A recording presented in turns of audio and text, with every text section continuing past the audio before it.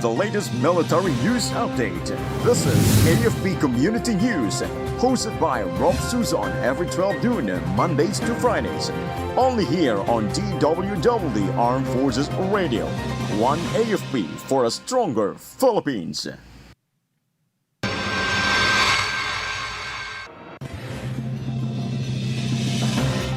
Philippine Army says fewer than 20 NP members are active in Panay.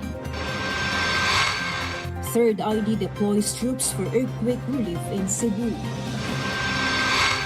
Over 2,300 aftershocks recorded in Visayas following Cebu quake.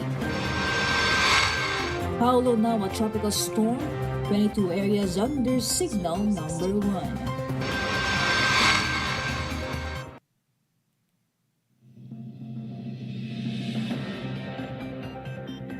Hello to everyone, especially to our troops at Camp Emilio Ginaldo in Quezon City.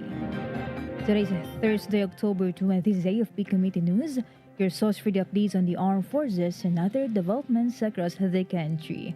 I am Rob Susan Abay here to bring you today's stories. DWDD Armed Forces News. For the brief overview of our news, the Philippine Army confirmed that only 20 or fewer new People's Army members remain active in Panay Island. 61st Infantry Battalion Commanding Officer Lieutenant Colonel Jekyll Julian Dolawan said the communist group has been severely weakened by military pressure, surrenders, and lack of community support. He stressed that the remnants are scattered in Antique and Tapas Capis but can no longer mount major operations. The Army expressed confidence that Panay will soon be declared insurgency-free as efforts continue to encourage the remaining rebels to surrender. DWDD Armed Forces News. The 3rd Infantry Division deployed troops through the 302nd Infantry Brigade and Joint Task Group Cebu to support relief efforts in earthquake-hit Cebu yesterday. Soldiers joined search, rescue, and humanitarian operations in coordination with local DRRM offices and other armed forces of the Philippines units. The deployment followed the magnitude 6.9 earthquake last September 30 that killed people and damaged homes, churches, and businesses.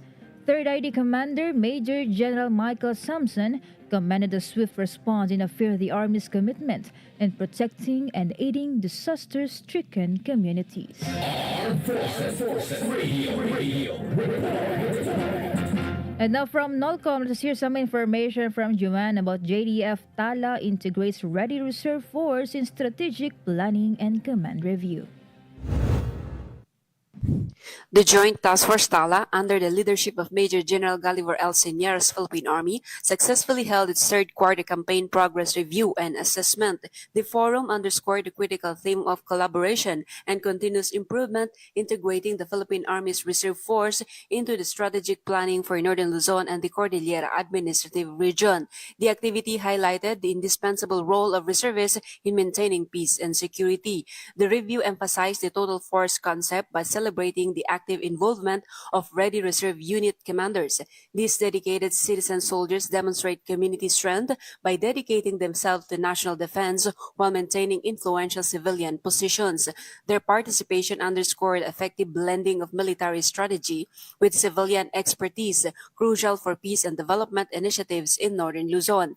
The forum concluded with Major General Señeras providing guidance that strongly affirmed the commitment of all personnel, whether active or reserve. His message to the assembled leaders reiterated the organization's foundational values.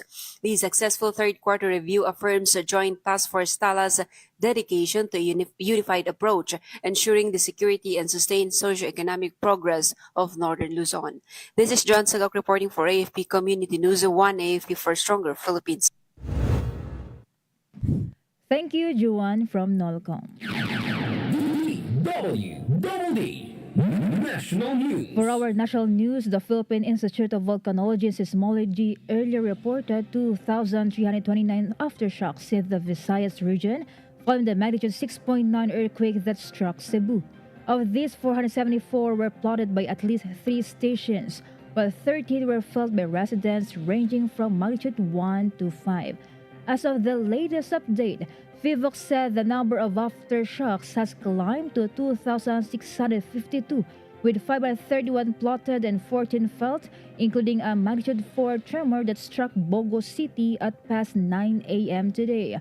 Authorities continue to urge the public to remain alert, noting the aftershocks are expected to persist in the coming days. DWDD National News. The Department of Social Welfare and Development reported that 27,000 families or 111,690 individuals were affected by the magnitude 6.9 earthquake in the Visayas. Of these, 34 families remain in evacuation centers, while around 20,000 individuals are temporarily staying with relatives. The agency has already delivered 5.6 million pesos worth of assistance, including thousands of family food packs and ready-to-eat food boxes. A water tanker has also been deployed to Bogo City, Cebu to provide clean water for displaced families. Armed Forces Radio. Let us hear more updates from Beth Tañete about 12 CMO Battalion and Dole conduct profiling and business planning for 70 vendors in Luneta. The 12th Military Operation Battalion successfully conducted profiling and business planning for over 70 members of the Dynamic Vendors Alliance at Rizal Park, Luneta yesterday. The initiative was carried on in the partnership with the Department of Labor and Employment, the National Capital Region Fund Battalion's request. The program highlights interagency collaboration to empower the vulnerable communities through livelihood, skills development, and sustainable progress. This is Beth Tañete reporting for the AFP Community News, one AFP for the stronger Philippines. Thank you, Beth Tañete. DWDD National News. President Ferdinand Marcos Jr. visited quake-affected communities in Bogo, Cebu on Wednesday morning to assess the extent of the damage. He first inspected the SM Cares village housing before proceeding to the Archdiocese of San Vicente Ferrer Parish Church. The president also visited the Cebu Capital Hospital and later went to the Bogo City Hall. Before noon, Marcos presided over a situation briefing with government agencies to receive reports and issues directives for ongoing relief and recovery efforts. DWDD National News. The entire Cebu province has been placed under a state of calamity following the powerful 6.9 magnitude earthquake on Tuesday night. The declaration allows the provincial government to respond quickly, mobilize resources, provide immediate assistance to affected families, and implement rehabilitation measures as recovery begins. Cebu Vice Governor Glenn Soco said the 17th Sangguniang Panlalawigan convened an emergency session presided over by him to approve the declaration. He emphasized that the session was held online to allow board members in their respective districts to monitor the situation and assist the constituents. Armed Forces Radio. Let us hear more from LJ of 1st CRG about DSWDF 02 and Fifth ID support former rebels with financial aid for integration program. Yes, Rob, the Department of Social Welfare and Development Field Office 2 in partnership with the 5th Infantry Star Division Philippine Army extended financial assistance to 3 former rebels as part of their reintegration support under the Enhanced Comprehensive Local Integration Program held at Headquarters 5th Infantry Division Upegamo, Isabela. Each of the beneficiaries received 10,000 pesos in cash relief assistance and another 10,000 pesos for food assistance, aiming to provide immediate support as they transition to civilian life. This initiative is part of the government's effort to promote peaceful living and sustainable reintegration for former rebels, in line with Executive Order No. 70, which outlines the whole-of-nation approach to end local communist armed conflict. The Department of Social Welfare and Development Field Office 2 expressed its gratitude to the 5th Infantry Division for its steadfast support in the reintegration of former rebels. The ceremony reflects the continuing partnership of Department of Social Welfare and Development and the Philippine Army in ensuring that those who return to the folds of the law are not left behind, but instead given meaningful opportunities to rebuild their lives, support their families, and contribute to the peace and development of their communities. This is Meldry Nesho Oroco reporting for AFP Community News. One AFP for stronger Philippines. Thank you, Maljoy of First CRG. DWDD National News. Another update from Cebu. Around 16,000 schools in the entire Visayas were affected by the magnitude 6.9 earthquake that struck Cebu province last Tuesday night. According to the Department of Education Media Relations Chief Dennis Legaspi, they have received 54 initial reports related to the earthquake covering 2,220 learners and 97 teaching and non-teaching personnel as of 9 a.m. last Wednesday. 34 classrooms were totally damaged from Canlaon City, Dumaguete, Negros Oriental, Siquijor, Iloilo, Bohol, Carcar City, Cebu, Lapu-Lapu City, and Toledo City. Meanwhile, 26 classrooms were reported to have sustained major damage, while 197 others were minor. No injuries among learners have been reported. DWDD National News. 7 airports and the provinces that were hit by a strong earthquake were not damaged. The Civil Aviation Authority of the Philippines said the airports were the Mactan Cebu International Airport, Bacolod, Tacloban, Calbayog, Ormoc, Maasin, and Hilongos. At 10:40 p.m. on Tuesday, CAAP said that passengers were moved from the terminal to a secure location at MCIA. They also confirmed that CAAP Tower personnel were unharmed. They added that the tower structure, runway, and tower cab equipment were undamaged. Armed Forces Radio.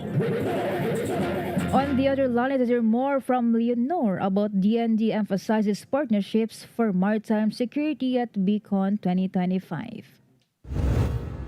Senior Undersecretary Ireneo Espino, representing Defense Secretary Gilberto Teodoro Jr., stressed the importance of partnerships in securing the country's maritime domain during Beacon 2025 Philippine International Maritime Conference and Exposition yesterday. He acknowledged progress in naval modernization, maritime awareness, but noted the gaps in capability and sustainment remain. Espino emphasized that credible deterrence requires collaboration between government, the armed forces, industry, and international partners. He also highlighted the dual role of maritime defense and conservation and urged unity in building a secure, prosperous, and sustainable maritime future. This is Leonor Tanap reporting for AFP Community News, 1FP for Stronger Philippines. Thank you, Leonor. DWDD National News. The Department of Agriculture is opening its 20 peso per kilogram rice initiative to the public in areas affected by the earthquake in the Visayas. Agriculture Secretary Francisco Chu Laurel Jr. said the initiative would run for at least 1 month. The move aims to aid in the recovery of people in affected areas. Aside from Cebu, the program would also be opened in Eastern Samar. On Monday, the initiative was also opened in Masbate, a province severely affected by severe tropical storm Opong. DWDD National News. The Philippine National Police mobilized its resources in response to the magnitude 6.9 earthquake that struck Cebu and parts of the Visayas. Lieutenant General Jose Melencio Nartates Jr., the acting PNP chief, immediately directed Police Regional Office 7 to activate its Disaster Incident Management Task Group to ensure a full accounting of deployed personnel and conduct a rapid damage assessment and needs analysis. He said the men and women in uniform are on the ground securing affected areas, assisting evacuations and ensuring public order as they continue to assess the full extent of the damage.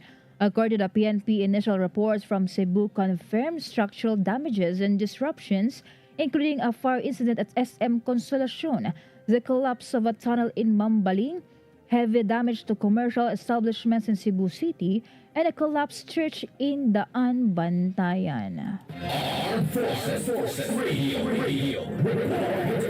Some information from MJ about Philippine Air Force hosts AFP Adjutant General Service Family Day 2025. Go MJ. The Philippine Air Force hosted the AFP Adjutant General Service Family Day 2025 at Colonel Jesus Villamor Air Base in Pasay City yesterday. Captain Ramilo Trinidad, Assistant Adjutant General of the Armed Forces of the Philippines, paid a courtesy call on Major General Thad Rufino Candelario, Acting Chief of Air Staff. Activities included a fellowship fan shoot, awarding ceremonies, and the AFP AGS Lacan at Lacambini 2025 and AGS Magpasikat at the PAF Multipurpose Gymnasium. The celebration highlighted the PAF and AFP AGS commitment to camaraderie, unity, and service to God, country, and people. This is MJ reporting for AFP Community News, 1 AFP for a stronger Philippines. Thank you, MJ. DWDD National News. Meanwhile, the Department of Public Works and Highways wants all local government building officials to undertake a rapid assessment of buildings in their respective localities in the wake of the magnitude 6.9 earthquake in Cebu Province. Ari Perez, the newly appointed DPWH Undersecretary for Technical Services, National Building Code Development Office and Operations for External Converged Projects, said they would focus on this first, then they would deal with the resiliency designs and enforcement of the building code. Public Works Secretary Vince Dizon rushed to Cebu Province yesterday morning on President Marcos's orders after inspecting the devastation in Masbate caused by Typhoon Opong. At a briefing, Dizon said the DPWH was fast-tracking the conduct of structural assessment, especially of the bridges in the province. DWDD National News. For our weather updates, Tropical Cyclone Paulo has intensified with more than 20 areas placed under signal number 1. Now a tropical storm, Paulo has maximum sustained winds of kilometers per hour near the center, moving west-northwestward at 20 kilometers per hour. Some of the areas under Tropical Cyclone Wind Signal number 1 are Quirino, Nueva Vizcaya, Apayao, Abra, Ilocos Norte, Ilocos Sur, La Union, Pangasinan, and also Tarlac, Nueva Ecija, the northern portion of Bulacan, and the northern portion of Pampanga. At 4 a.m., Paulo was located 705 kilometers east of Infanta, Quezon. It is expected to further intensify before making landfall over Isabela or northern Aurora on Friday morning. Armed Forces Radio. From Solcom, let us hear from Jess about tip from former NPA member leads to the discovery of armed cash in Camarines Norte. A former NPA member became instrumental in another success of government troops. Through the information he shared, the 16th Infantry Battalion, together with the 201st Infantry Brigade and 85th Infantry Battalion Philippine Army, discovered an arms cache of the NPA terrorists in Barangay Submakon, Labo, Camarines Norte yesterday, October 1, 2025. Recovered during the operations were 4 M16A1 rifles, 1 Thompson submachine gun, almost 3,000 rounds of ammunition, and several explosive and IEDs used by the NPA in sowing fear, destroying livelihoods, and attacking both the government and innocent civilians. This development highlights the vital role of trust and cooperation from former rebels in sustaining peace. It also proves the effectiveness of the whole-of-nation approach, where the return and support of even single individual can help prevent NPA threats and promote safer and more peaceful and more sustainable communities. This is Jess from Solcom reporting for AFP Community News, 1 AFP for a stronger Philippines. Thank you, Jess from Solcom. DWDD National News. For other national news, the Supreme Court has declared Bangsamoro Autonomous Act 77 and BAA 58 as unconstitutional.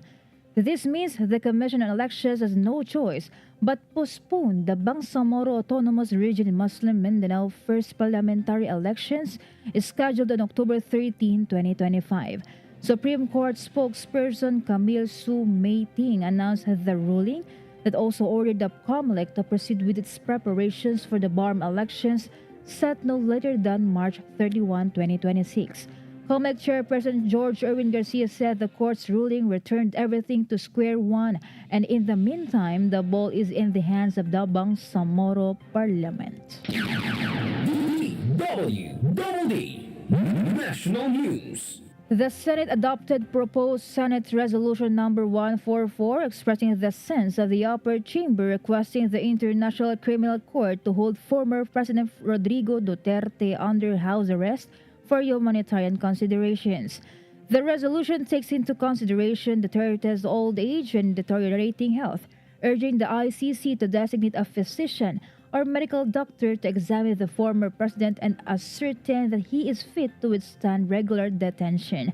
Among those who voted in favor of the resolution are its sponsors Senator Juan Miguel Zubiri, Rodante Marcoleta, Amy Marcos, Alan Cayetano, Robin Padilla, Ronald De La Rosa, Joel Villanueva, Jinggoy Ejercito Estrada, and Christopher Bongo.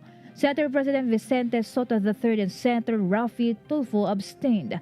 Those who were not present during the nominal voting were Senators Lito Lapid, Pia Cayetano, Camille Villar, and Francis Cheese Escudero.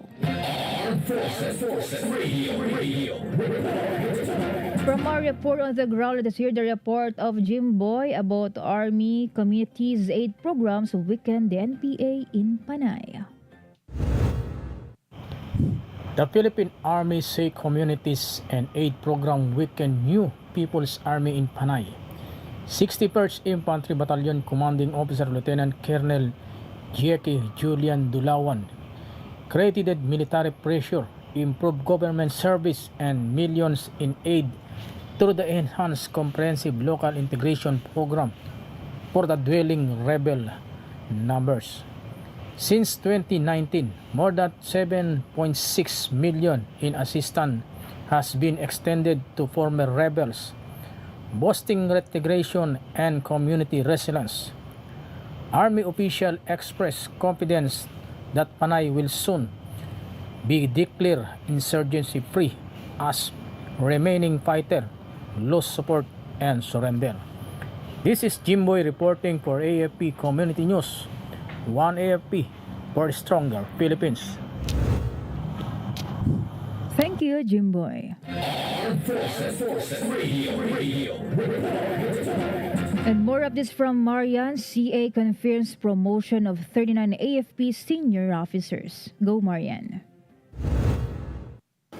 The Commission on Appointments confirmed the promotion of 39 senior officers of the Armed Forces of the Philippines this week. The session, presided over by Senate President Vicente Soto III, approved promotions ranging from Colonel to Lieutenant General across the Army, Navy, and Air Force. Among those confirmed were Lieutenant General Ray Alemania, head of the AFP Joint Sustainment Command, and Major General Loreto Pasamonte, recipient of the 2025 Golden Navigator Award. The CA also approved the promotion of Colonel Michael Romero in the Air Force Reserve, highlighting AFP's drive to strengthen leadership and the Reserve Corps. This is Marian reporting for AFP Community News, One AFP for a stronger Philippines. Thank you, Marian.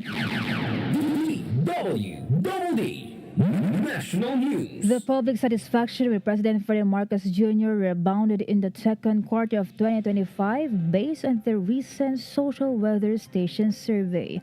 46% of Filipinos were satisfied with the performance of Marcos, up from 38% obtained in a similar survey in April. Some 36% said they were dissatisfied, down from 48%, while those who were undecided increased from 14% to 19%. According to SWS, the latest net satisfaction rating of the president rose across all areas in the June 2025 survey. DWDD Armed Forces News. And that concludes today's broadcast, and thank you for tuning in, especially to our audience on AFP Radio DWDD's Facebook page. Be sure to join and catch us again tomorrow for more stories and updates, same time and same station. Once again, this is Rob Susan Abay for AFP Community News, One AFP for a stronger Philippines. Behold the latest military news update. This is AFP Community News, hosted by Rob Susan every 12 noon, Mondays to Fridays. Only here on DWDD Armed Forces Radio.